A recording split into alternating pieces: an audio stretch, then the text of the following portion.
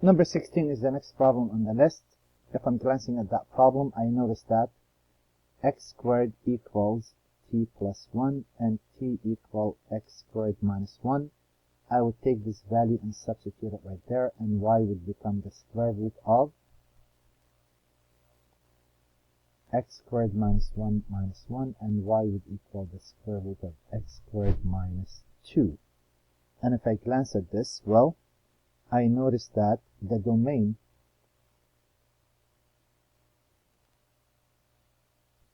x squared minus 2 is bigger than or equal to 0. So when I glance at that, that really means a parabola with radical 2 and negative radical 2 bigger than 0. That's right here and right here. So x could be from negative infinity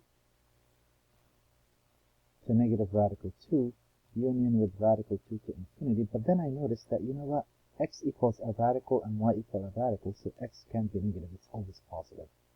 So if I would go ahead and look at the graph of how that looked like, that would be dependent on the values of t, and I notice what t can equal. So I'm going to start with t equal, I can't start with 0 in this case, right? It has to be, t has to be bigger than 1 because of the restriction right there. So if I start with 1 and see what happens, if I put a 1 in there, isn't that radical 2, 0? And hey, guess what? That matches. This is 1, this is 2. Radical 1 is about 1.4, it's right there. And how about a t equal 2? What would that look like? And t equal 2, I'll be looking at radical 3, 1. So radical 3, 1 is about right there. And if I go for t equal, let's pick maybe let's go for 8.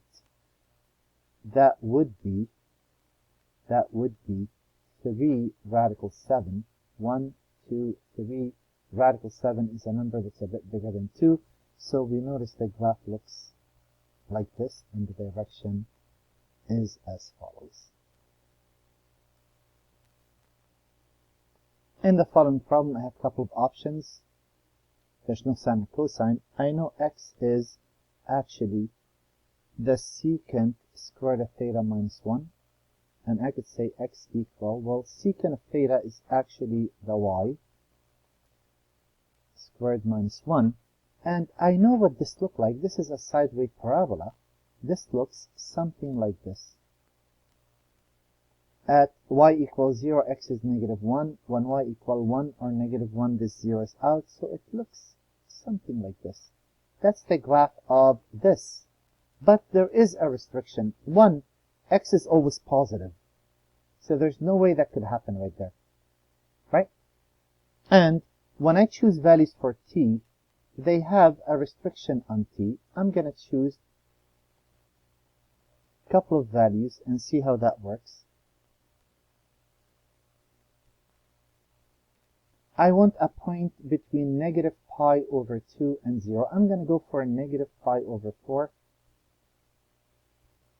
Come on. Negative pi over 4. A 0 and a pi over 4. Because of this. Negative pi over 4, tangent would be a 1 because you're squaring that. And secant will be 1 over radical 2, which is radical 2. And in this quadrant, it's positive. So 1 radical 2 is about right there. Very good. And at t equal 0, if I put 0 in, what do I notice? I'll get tan of 0, which is 0. Secant of 0 is 1. Hey, I'm heading in this direction. How about a pi over 4? If I put pi over 4 in there, that's 1 radical 2. I notice this curve went back. So what happens? This thing keeps on running forward and backwards. And there it is. That happens a lot when you eliminate a portion of the graph. It reflects. If I have time at the end, I'll show you an example of what that could mean.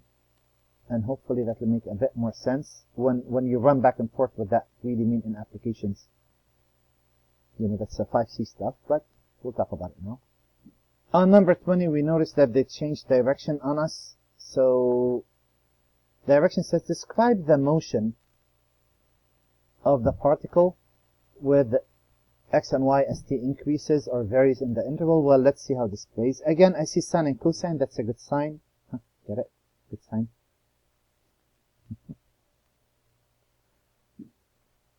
All right. And here I'll get y minus 1 equal to be the cosine of t, and y minus 1 over 3 equal the cosine of t. So cosine squared of t is y minus 1 squared over 9. And if I add those, I will get sine squared plus cosine squared is 1. And that is x minus 2 squared plus y minus 1 squared all over 9. So, you'll notice there's a big emphasis on trig. There's a good reason for that. Now, I know what this graph looked like. So this is shifted 2 to the right, 1 up. And I'm going to move 1 in the x and 1, 2, 3 in the y. It's an ellipse. And the whole curve looks something like this. But since they're restricting the angle from pi over 2, I'm not sure which portion I get. Again, do not associate it with this with, oh, you know, it's pi over 2 to 2 pi. It must be this piece. That's not what it is. That's not how it works. You take values. T equal pi over 2. Where are you?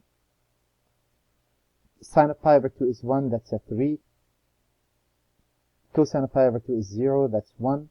Oops, too many. Getting excited there. 3, 1. 1, 2, 3, 1. I'm right here right now. 1.57 seconds.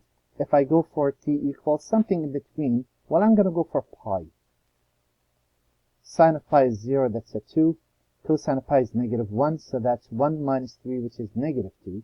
So that is 1, 2, negative 1, negative 2. Guess what? That's the path. And if I take t to equal 3 pi over 2, sine is negative 1 times negative 1 plus 2 is 1, and cosine is 0, that's a 1. So 1, 1, I'm right here.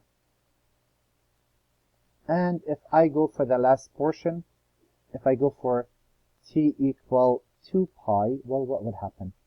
Sine of 2 pi is 0, that's a 2. Cosine is 1, 3 plus 1 is 4. 1, 2, 1, 2, 3, 4. Here I am. And I get only that 3/4 of the graph in that direction.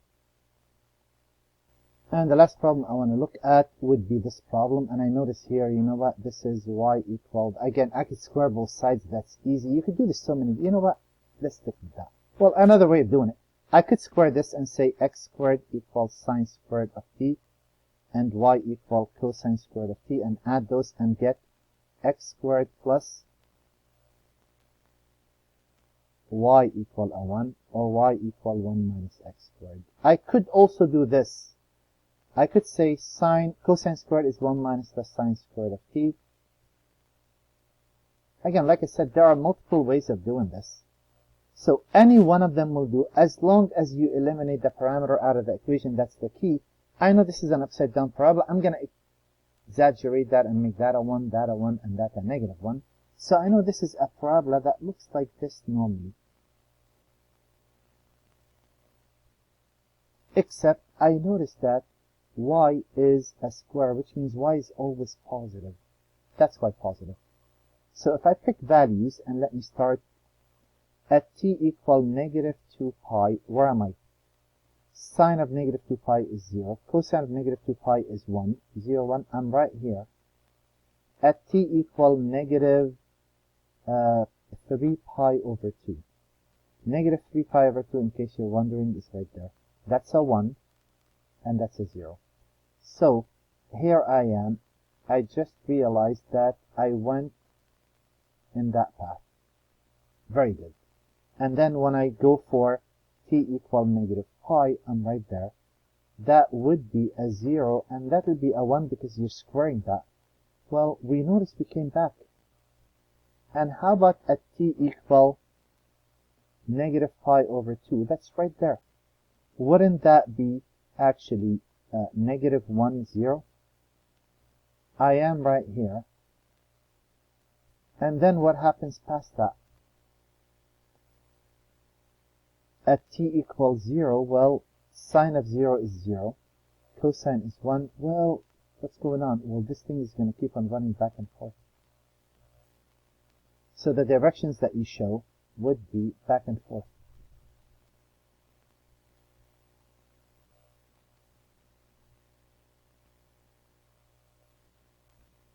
This concludes the section, but I do want to mention a couple of things, and hopefully I'm going to be able to do that within the next 5 minutes.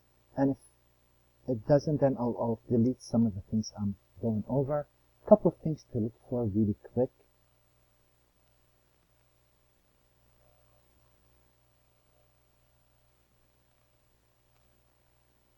If you are looking at an object,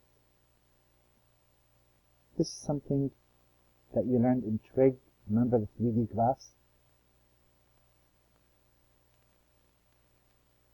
If you have an object that's circling, if you take that and you map it on 2 dimensions, this is not part of our class, but it's a big deal in the next course. If you take that and you map it on 2 dimensions, oh boy, okay, let me, that's okay. So if I look at that in 2 dimensions, assume this right here is 3 and this right here is negative 3.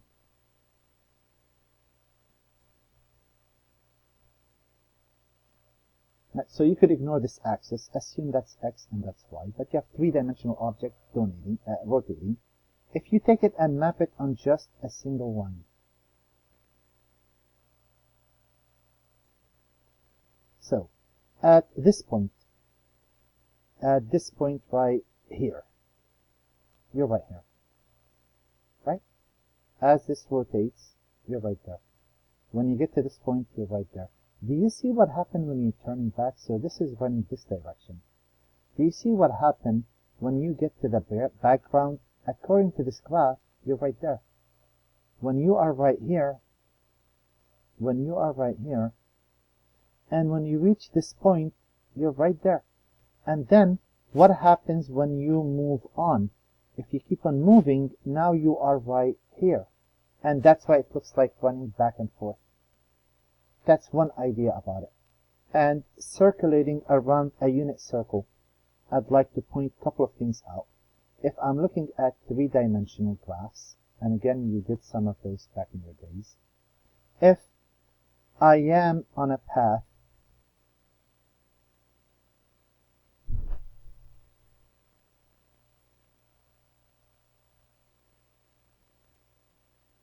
if I glance at this graph from the very, very top, perpendicular to the floor, do you know what I'll see?